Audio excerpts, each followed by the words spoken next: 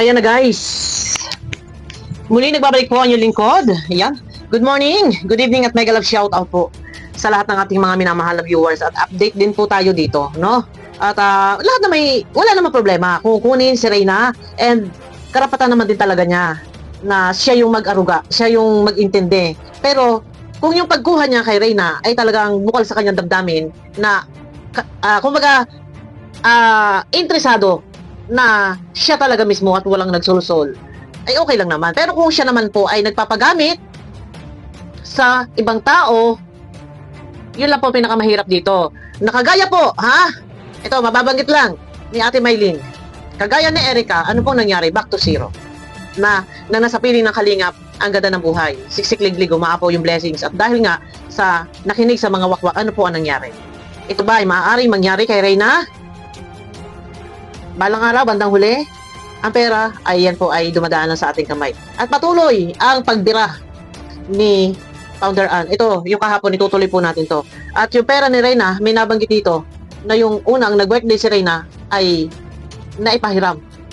Pinautang ni Lolo Nestor. Ito guys, mawalang galang kay Founder Ann, gamitin ko lang po, no?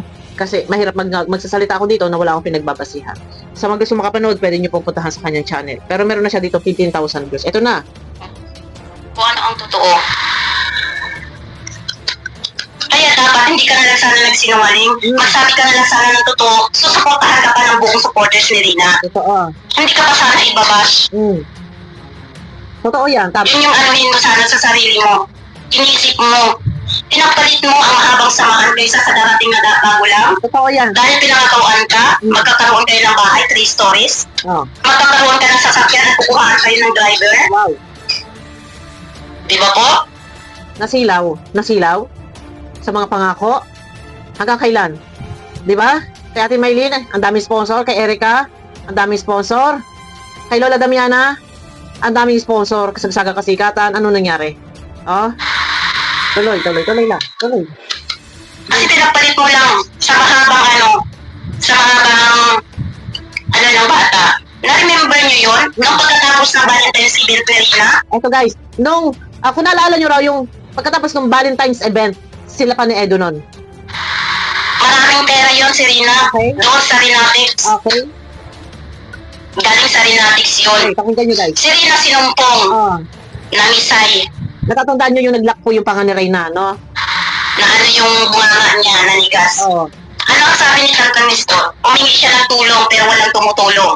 Yun, nung time na yun na nag-lock yung bibig ni Reyna. Ito, pakinggan nyo guys, ha? Go. Nangingi siya ng tulong pero walang tumutulong. Bakit? Dahil wala ng pera yung bata. Ayun. Ano ang sabi ni Canton? Di ba may pera? Yung date sa Valentine's Day, ang dami pera nun. Bakit wala na? Nestor, pinahiram niya ang pera ni Reyna. Wow, ha? Teka, wait. Nangingi siya ng tulong pero walang tumutulong. Dahil wala ng pera yung bata. Ano ang sabi ni Canton Nestor? Pinahiram niya ang pera ni Reyna. Backfire tayo dyan. Yun ang... Kaya doon kami nakapag-isip that time. Oh. Kung may pera ang bata, hindi pinapahawak sa pamilya. Yun ang mali. Or kay Reyna. Oh, di ba? Kasi kung hindi dumating ang Team Kalingap lang sila Estara, Okay. Vincent at Tito, namatay na si Reyna. So dito, yun nga, no, may alam natin yan, may pera si Reyna. Yung una, yung Valentine's date nila na Edo, nandun yung kay Lolo Nestor na ipautang pala, na ipahirap pala ang pera. Ay paano kung hindi nga dumating? Sila Starax no ng Kalingap, para, yun nga, agad-agad rumosponde. Ano tawag dito? Pero yun na, no, dahil naglock nga, ang pera ay naipamigay. Ay, naipahiram. Tuloy tayo. Sa totoo lang, Tuloy ang naglag. Eto bababasin lang tayo dito. Galangan. di ba po? Yung sinasabi mo sa 30,000 na pahihiramin ka ng amo mo, dapat noon ka pa nanghiram sa amo mo. Tama, Melanie ha, yung sabi mo na pahiramin ka ng amo mo, 30,000, hihiram ka para pampagamot, dapat noon pa. Di ba? Bakit kasabay na merong mga sponsor dyan na di umano'y papasaitlok, papabahayan dahil hindi nasunod yung kanilang gusto at binawi ang pera kay Kalingap Rab. Bakit sumabay ka na binawi si Reyna? O di ba? May video, meron pang lumabas na ka-video call mo.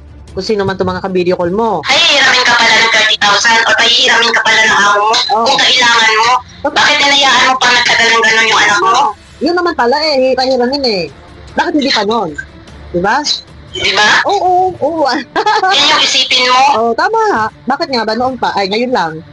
Bigla mo lang pinagpalit ang haba ng pinagsamahan ng mga datihang supporters ni Rina sa bagong dumating lang ng ilang buwan. Kahit sa kalingap din, ipinagpalit. Diba? Dahil pinangakuan ka every month, every week, meron kang Gcash. Ako po, ipinagpalit nga sa kalingap, An. Sabihin mo sa akin kung sinungaling ako. Oo. Dahil yan ang ginagawa Ayun na. namin noon Oo. sa'yo. Oh, gawain pala. Ginagawa nyo rin pala. So, ito talaga, ibig sabihin noon, nasusuhulan nyo din siya. So, gumagalaw siya. Sabi mo nga dito, yung pinarinig ko kagabi, noon pa man, ay talagang si Melanie ay nasusuhulan nyo. So, gumagalaw dahil mayroon lagay. Siyempre, kung walang gas, hindi tatakbo. Yan, tuloy tayo. Yun naman pala. Pinagpalit nga naman sa Kalingap, yung tagal ng panahon, at saka yung, alam nyo naman, yung mga nakakabutihan na gawa ng Kalingap, pinagpalit ito sa mga sponsor na nangangako ng 3 stories na bahay, may car, may driver. Wow. Pero yung sa amin, nasa magandang yung plano. Nasa magandang kabutihan yun para sa'yo at saka kay Rina. Hindi para sa pansariling interes. Yun, O inggit o galit sa pulkan. sa isang tao. At O sa Team Kalingap. ano Melanie to? Paano to? Di ba po? Explain ka dito, Melanie. Alam niyo, sa totoo lang, Mahaba tong video ni Ann. hindi dapat maganito Totoo yan. ang ni Rina. Kasi nga, Ann, ano siya, parang nagpasakop sa mga sponsor, baka nagpasakop kasi nga kasabay ng mga merong nangangako dyan magpapabahay, may nangangako pa sa intlok, labas na labas naman na ngayon na lang kinuha ni Melanie. Pero ngayon, ano man nasabihin ng ating mga minamahal na viewers, si Melanie man ay ibas, pero wala kang magagawa, Melanie, kundi lunukin kung ano man yung mga ibinabato sa iyo. Kasi nga, ang ganda naman ng layunin ng Kalinga, pwede mo naman kunin anytime, kahit ipagamot nyo yan, hiramin nyo, kunin nyo, pero bakit talagang hinugot mo na ng tuluyan, na wala nang balikan? Baka alalahanin mo ha, tinan mo nangyari kay Erica. Melanie, ano nangyari kay Erica? Tinan mo nangyari kay Ate Maylin ha? Sige, tuloy, Ann. Go lang, Ann. Go. Mga supporters niya. Sige. Kaso, binigyan nyo ng rason kung bakit nagkakagulo. Ayun, isa tayo. Wala namang problema. Kalinga Prab, Kuya Bal, pwede mo nang ipahiram si Rina o kukunin ko muna si Rina kasi mayroong mag-sponsor sa kanya. Totoo yan, pwede naman, alam, sasabihin niya, si Bobby, oo nga, wala, pinarinig ko lang, guys. Pasensya ka na, Ann. Siyempre, sa ngayon, magkakampi tayo, Ann, no? Yeah. Kasi nga naman, pwede naman hiraling nga naman kay Kalinga. Nakugutom ako Mayura na TV shoutout.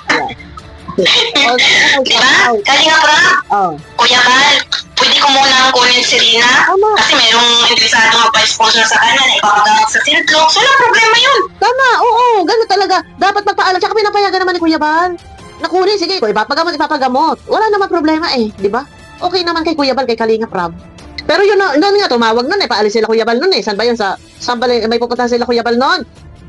Hindi, kasama nga sana si Roda nun. Tsaka si Reyna, hindi nga nakasama dahil nga tumawag si Melanie at kukunin nga daw, hindi naman dumating. Kukunin daw papagamot sa Saint Luke, hindi naman dumating. Ito na, naging final decision.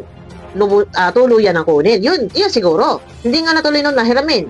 Kasi papagamot sa Saint Luke, pero ito na, final decision, talaga binawi ng lubusan. Go on, go. Sige. Yung team ko nga noon, nung sinabi lang namin kay Kuya ay kay Kalinga Prab, MRI Serena, nabigay kami that time, 35,000. Pero hindi ba namin pinagandakan yan? Dahil sa at kahit kanino? Tapos, sige lang. Sa totoo lang. Paano to, Melanie? Kasi hindi mo kailangan ipaggandakan ipahalang sa mga tao sa social media kung tulong ka talaga as in tulong.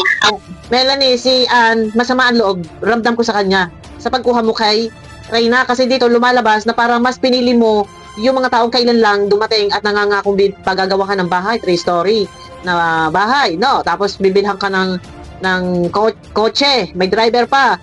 So dito ramdam ko masama yung loob ni Ann kasi si Ann nagmamahal din ito kay Reyna, sumusuporta. Alam ko yan, nag-aaway pa kami ni Anon dahil sobra sila sa pagmamahal kay Reyna noon, na medyo parang iba na yung sinasabi ni Anon. Pero ito na, ano masasabi mo dito sa mga panlalaglag sa iyo ni Ann? Oo nga. Gusto mo, hindi yung parang magpapasikat ka? Ito lang, Ann. Wala namang problema doon sana kung sasabihin mo ang totoo. Hindi yung magsisinungaling ka na. Alam mo, Melanie, ang halagang 30,000 templo, pagbasa pa lang ng pati 10,000 na yan. Paano yan? Ay, hindi nga, mayroon daw hinihiram Mahirap. Meron daw baboy pa. May mga baboy pa daw. Oh, ayun lang sabi nga ni Melanie. Mahiramin daw na 30,000 sa kanyang boss. Plus may mga baboy pa. Uwe, kwento sa pagong. Melanie, kwento mo sa pagong. Kasi eto na nga eh. Hindi ka daw gumagalaw hanggat walang lagay at ikaw mismo nagbigay sa kanya ng GCash. Paano to, Melanie? Oh, ito, hindi ako sa ano ha. Kasi kung ako ay sarili, kung hindi ako babase dito sa video ni Ann at kung ako, ang aking sasabihin dito ay sarili kong opinion, mas magigisa ka. Melanie, ha? Ang aking pinaririnig pa lang ay ang mga sinasabi ni Ann. Pero pag ang sarili kong opinion na ang maririnig ninyo, baka sasabihin mo naman ay sobra naman ito si Bopel pero walang pangahamak, walang below the belt. Iyon ay opinion ko. Pero dito na lang tayo babase guys at baka mamaya baka sabihin niyo antindi naman ni Bopel. Oh, no, kasi pag nare-real talk, magagalit kayo. Kaya kayo walang real talk, real talk. Ito lang ang pinagbabasihan ko. Tapos sasabihin mo walang involved na sponsor? Sige, huwag mo ipakita sa amin ha. Sa bunga mo nang galing yan. Oh. Na ipapagamot mo yung anak mo. Oh. Sa 30,000 mo sa Sintlog at titira kayo sa Maynila. Abangan natin yan, Ann. No, abangan natin yan. Ha? Oh. Diba sabi mo? May 4 na baboy ka, yung pinalaga sa amo mo. Yung 4 na baboy na yun, hindi naman sa'yo yun. May 4 na baboy daw na pinaalaga sa amo niya. Yung amo mo, mag-aalaga ng baboy. Sino dapat mag-aalaga ng baboy? Yung amo mo o ikaw yung nangangamuhan? Mag-i-real talk tayo. Doon pa lang, ha? Pag i-real talk ko yan, baka hindi matanggap. Sasabihin binabalahura, pero walang pambabalahura doon. Di ba? Totoo. Sige, Ann, go! Amo mo yun. Noon, nagbabakbaka Diba po? ni Ann, eh. Pero ngayon, magkakampi tayo, Ann, kasi siyempre, Kaya hindi dapat ganun. love mo si Reyna, eh. Kaya, sige, go lang, labas mo yung Ang dali-dali lang magsabi ng totoo. Kung nasilaw ka sa pera, magsabi ka sa mga sponsor mo. Tama. Hindi yung sasabihin mo ang 30,000 mo, babayaran mo dahil may 4 ka na baboy. Baka ano yun? Baka yung piggy bank na yung alkansya na merong mamiso. Baka naman yun yun. Sabi, magkano halaga? Pupunta ka ng na Sintlog. Walang problema doon kung ipapagamot mo yung anak mo. Anak mo yan eh, responsibilidad mo yan eh. Pero ang sinungaling ka sa mga supporters ni Rina at sa Team Kalina, hindi magwawagi yan. Ang kalingap ang habang buhay, ang paglingap. Kahit natulungan na, andyan pa rin ang kalingap. Ang sponsor, gaano ka makakasigurado, Melanie, na ang sponsor ay habang buhay na nandyan sa piling mo? Totoo. Hanggang kailan?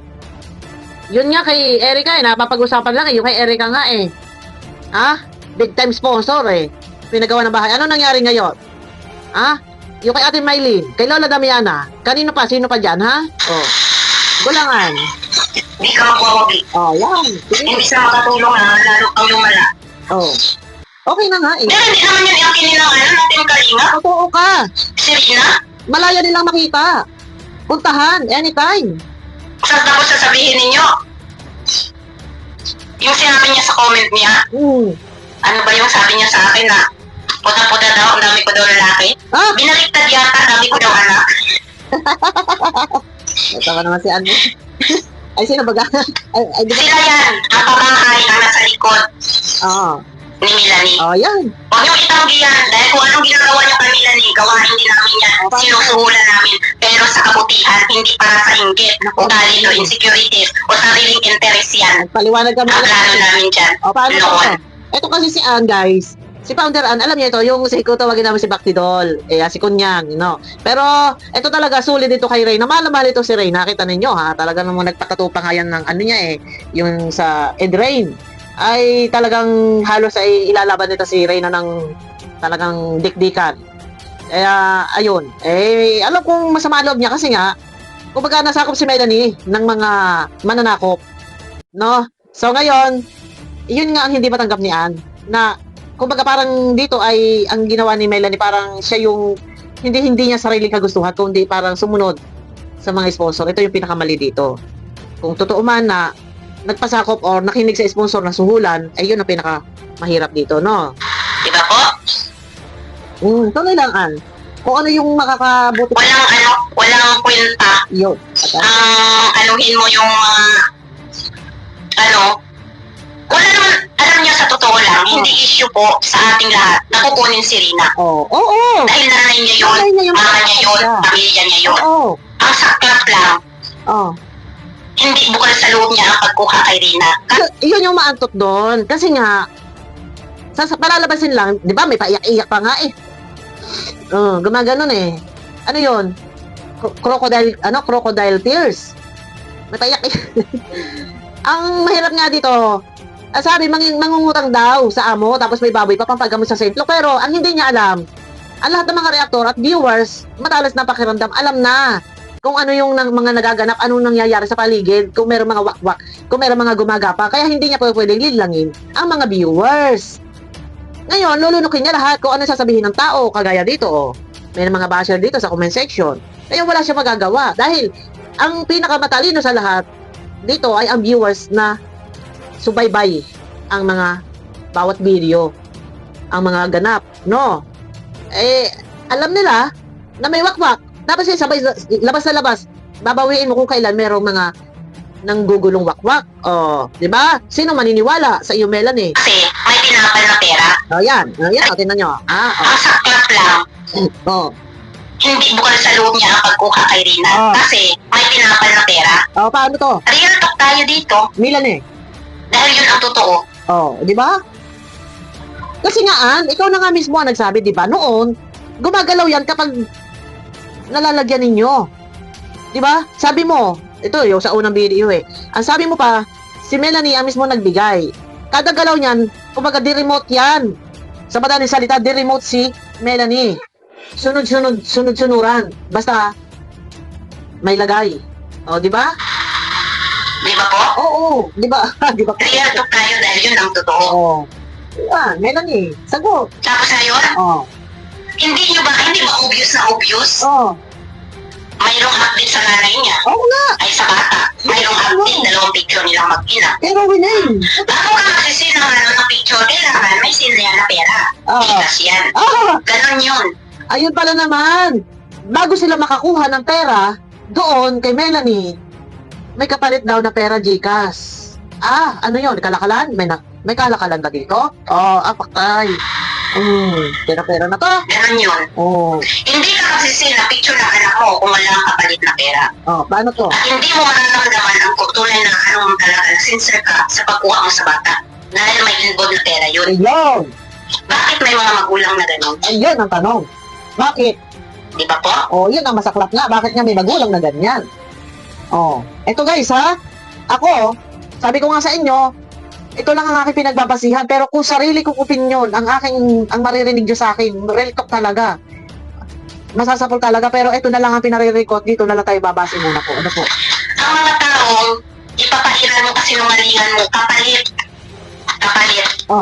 Ang dignidad mo Totoo. at kalusugan ng anak mo. Totoo. Kailanman, hindi na mababawi ang kalinisan ng katao. Ngayon, paano to? Melanie, paano mo may papaliwanag sa mga tao ang lahat-lahat na ang pagkuha mo kay Reyna ayun ay dahil sa sarili mong kagustuhan, hindi dahil sa ikaw ay nasulsulan o hindi dahil sa ikaw ay nalalagyan ng pera, no? Nasusuhulan. Iba yung sulsul sa suhol. Paano mo ito maipapaliwanag sa mga tao? Matalino ka. Maraming mas matalino sa'yo na nandyan, na nakamonitor sa bawat galaw ni Reyna, lalo na ito si Founder Ann, no? Go lang, Founder Ann. Di ba po? Oo. Di ba magkawag? Tapos sasabihin niyo sa akin, kahit anong pinagsasabi ko, hindi ako mayroon pa na kaming group chat nun eh, na video call kami. Remember niyo yun yung kinuha si Rina? Go. Kinuha si Rina, in-store. Tapos ngayon, pinabalik namin sa Pinkalinga. Binigyan si Melanie ng pangasahe at binigyan siya ng pang-Jollibee. Akala ni store, gagana lang sa Jollibee, pero naparang siya ni Melanie. Iyakakabit pala kay Kalinga Prab. Nung galing lang si Lolo Nestor, no. Yung pala may lagay. Di ba? May lagay. Dahil yun ang totoo. May lagay pala yun. Gulang. Nagulan ako doon sa niya, sino ba to? Doon sa binaklat niya, na, speaker ba yun? Akala ko, kinuha niya yung palabon, yung, pinakaputok niya. Bubble wrap. Bubble wrap yun. Diba? Kasi, once na, yung, hindi bukal sa loob mo yung mga sinasabi mo, nahuhuli ka mismo sa bunganga mo. Yung, paano to, Mel? mararamdaman mo naman talaga kung sincere ka ba? O Ito guys, ito sa totoo lang mahaba tong video. Nasa 2 minutes, 2 hours and 50 minutes. Pero ito yung pinarinig ko, mahaba po to. Talaga, Melanie, ito ha, real talk, yan, nare-real talk ka. Paano yan? Nilalaglag ka. No? Kung matalino ka, meron pang masigit na matalino kaysa sa'yo. Ay, ang totoo, ikaw pala naman ay talagang hindi gagalaw kung walang pera. Kada send ng picture, may send din sa GCash mo. Ano, kada send mo ng picture sa mga sponsor, may send din sa GCash mo. Paano? Ano ka ba talaga sa ginagawa mo? Hindi. Oh. Siguro nung nandoon pa kay Sis Roda kausap mo nga yung sponsor na nasa sa wall ni Danica habang nakaselfie. Hindi talaga maano ang kasinungalingan. Nako. Kasi kitang-kita yan, nagsiselfie, tapos makita mo yung profile ng kausap ni Danica. Nako. Tapos sasabihin mo hindi sponsor yun. Sponsor yun. Wala, ano na. Kaya wag lang sanang ganun. Ayun. Walang masama kunin mo yung anak mo dahil anak mo yun. Ang masama lang doon, nagsinungaling ka. Ang importante, dapat magpakatotoo. Melanie, kung sana ikaw ay nagpakatotoo, maiintindihan ka pa eh. Kung sinabi mo, at saka dapat na ginawa, para hindi lubusan na masira ka sa viewers. Kasi alam mo, ang dami nagmamahal sa anak mo eh. Dahil nandiyan nga sa Kalingap, alam ng mga taga-Kalingap na, yan na, pinagkatiwala mo, bakit nga humantong doon sa kinuha mo na pwede mo na, kinuha mo na lubusan na pwede mo na manghiramin. Kung ipapagamot, anytime pwedeng dalawin or pwedeng matulog dyan sa iyo. Pero ang nangyari nga dito, final decision, wala nang connection sa Kalingap. Yun ang nangyari. Sa kabila na lahat ng yan, ayun na. Hanggang kailan? Mananatili ang sponsor sa buhay nyo. No? Ikaw ang naglalayo ng damdamin ng Kalingap sa anak mo.